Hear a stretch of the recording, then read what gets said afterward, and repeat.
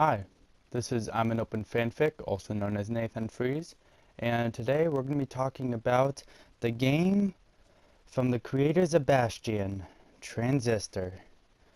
Boy, what can I say about Transistor?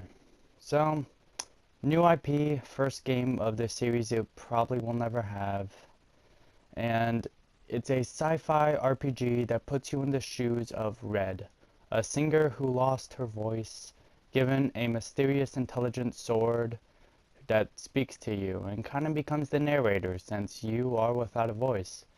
The story Transistor is focused around these two, the body without a voice and a voice without a body. So, in this story, we're going to be talking about the process, the Camerata, and the city in which Transistor is set in.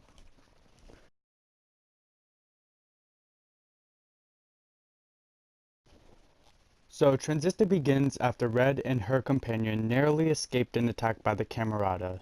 Red retrieved the Transistor, the sword, who narrates the game, from the body of a nearby man.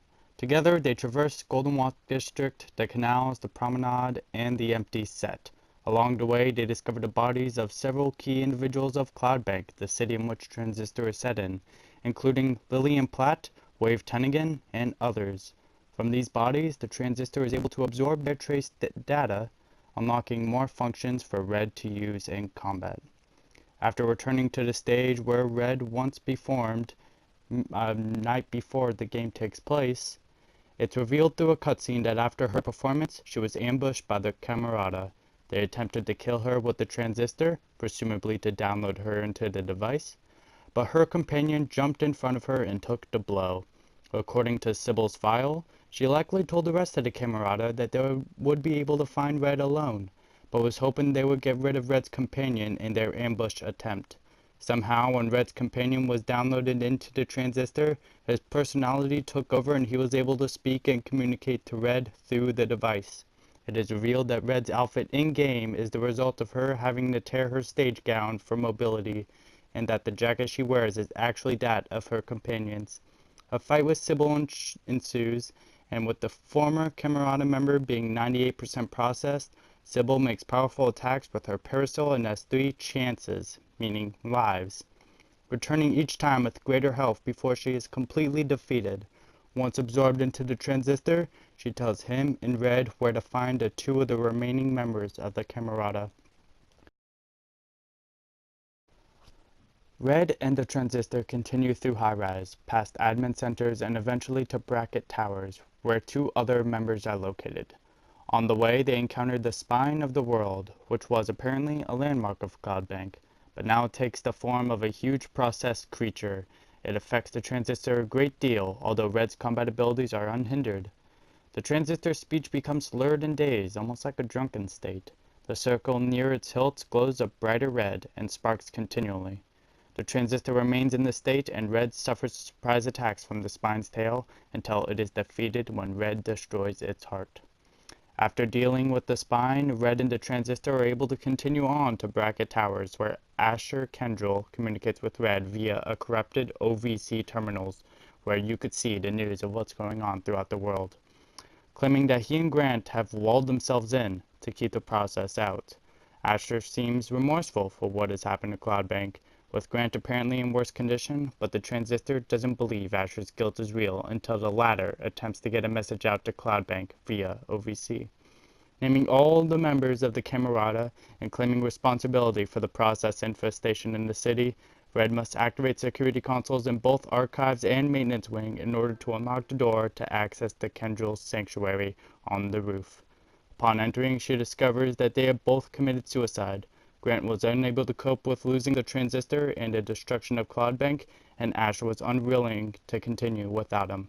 Gathering their trace data points Red and Transistor onto the last remaining member of the Camerata, Royce Brackett. Red and the Transistor must essentially backtrack to the Fairview district, where Royce is waiting. They ride a process swarm back to Red Stage, the empty set, which has been processed significantly since they were last there. The 2 continue back through Goldwalk and the canals, which have also been heavily processed.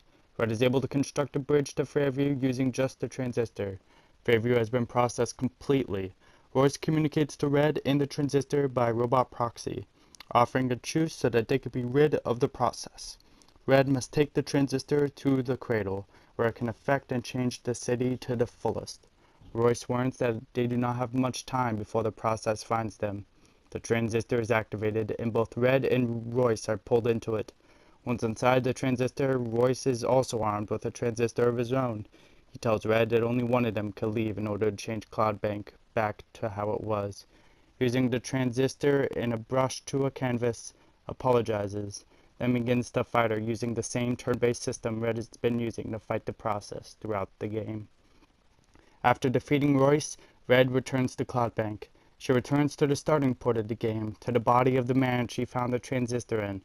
Unprocessing him from the white blocks around him, the Transistor asks excitedly which district Red plans to repair first. But she has other ideas. She gives the Transistor a final embrace before setting it down on the ground in front of the man. She sits down, wraps the man's arms around her shoulders, and despite its pleadings, kills herself with the Transistor. The credits depicts Red and the man as lovers, revealing that he was the one who saved her from the Camerata, and that was his personality downloaded into the Transistor. A brief scene depicts the man and Red inside the Transistor, in a field in front of a barn, presumably a representation of the country. They greet each other, indicating that Red has her voice back. That is the story of Transistor. Personally, one of my favorite games of all time. And let me say, I want to talk about something kind of sad about that. This game, I played it because it was a free game for PlayStation Plus on PS4.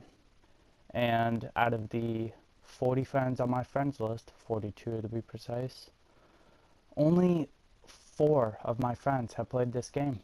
Only 4.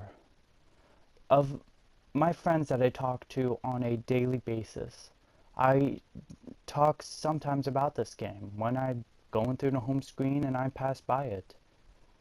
I say, I love this game and I will delete it over my dead body.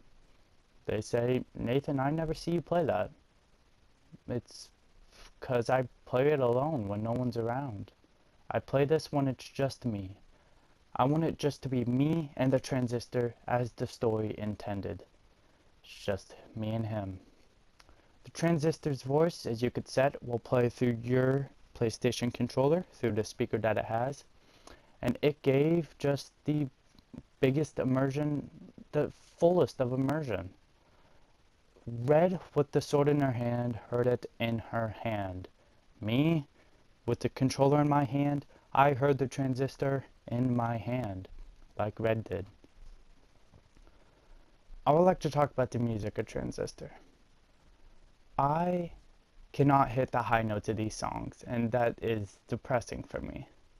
I love the music in this game so much I want to sing it perfectly, but I cannot be as good of a singer as Red.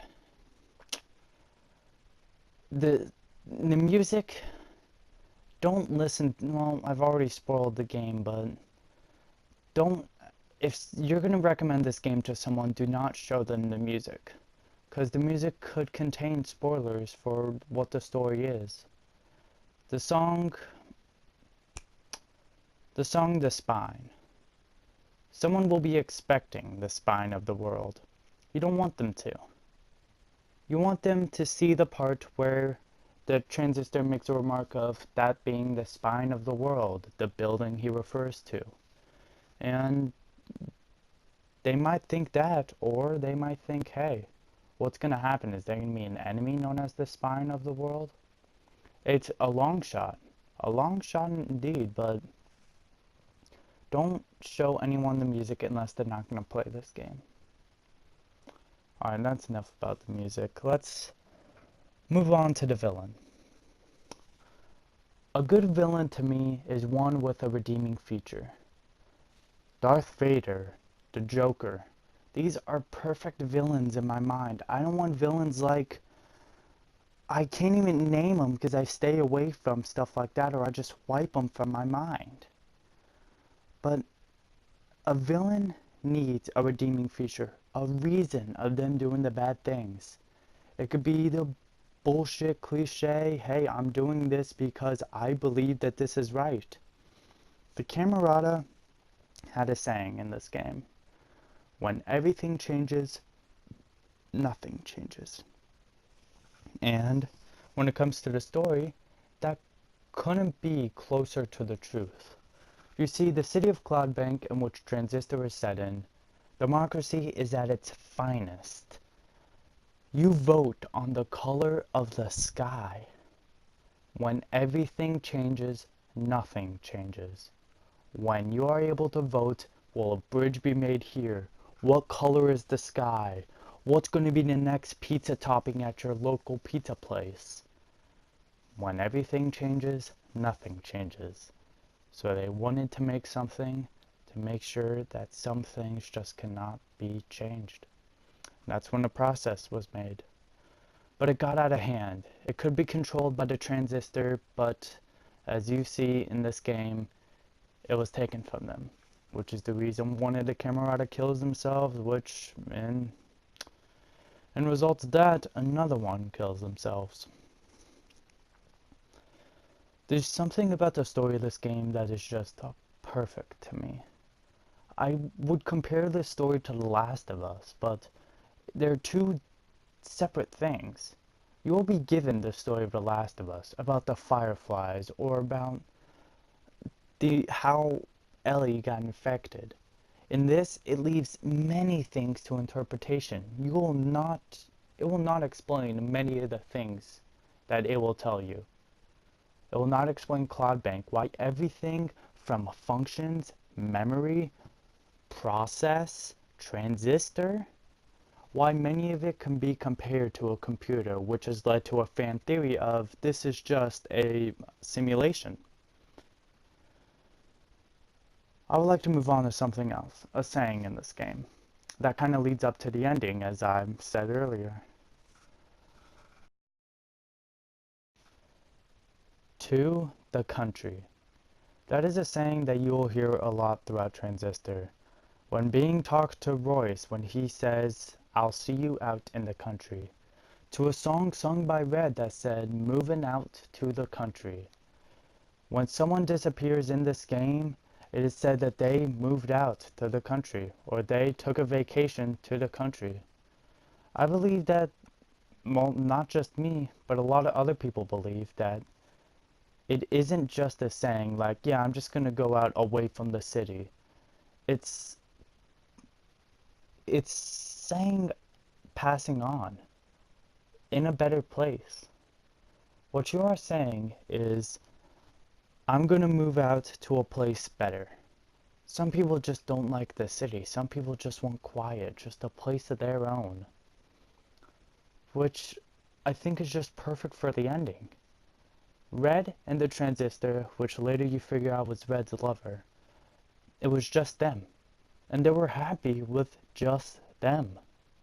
Moving out to the country where it will be just them was perfect to them. It couldn't get any better if it is just them. And that is why to the country is one of my favorite sayings, and something I've actually been using for a while now. I don't know exactly how words cannot describe how amazing this game is to me. This game speaks to me on so many levels. Me, myself, I am a writer who hasn't written a word in months, like almost a year. I've tried, but I can't find a muse. I'm like Red, a singer who lost her voice, but I'm a writer who lost his muse, which is kind of the reason why I love this game Alan Wake. My favorite games are usually cult classics, not on purpose. Sure, I am described as a hipster by some of my friends, but by any means it's not in my gaming taste. When it comes to my gaming taste, well, I guess these games are just not meant for many people. I guess people just for me. That's the story of Transistor, man. I'm an open fanfic, moving out to the country.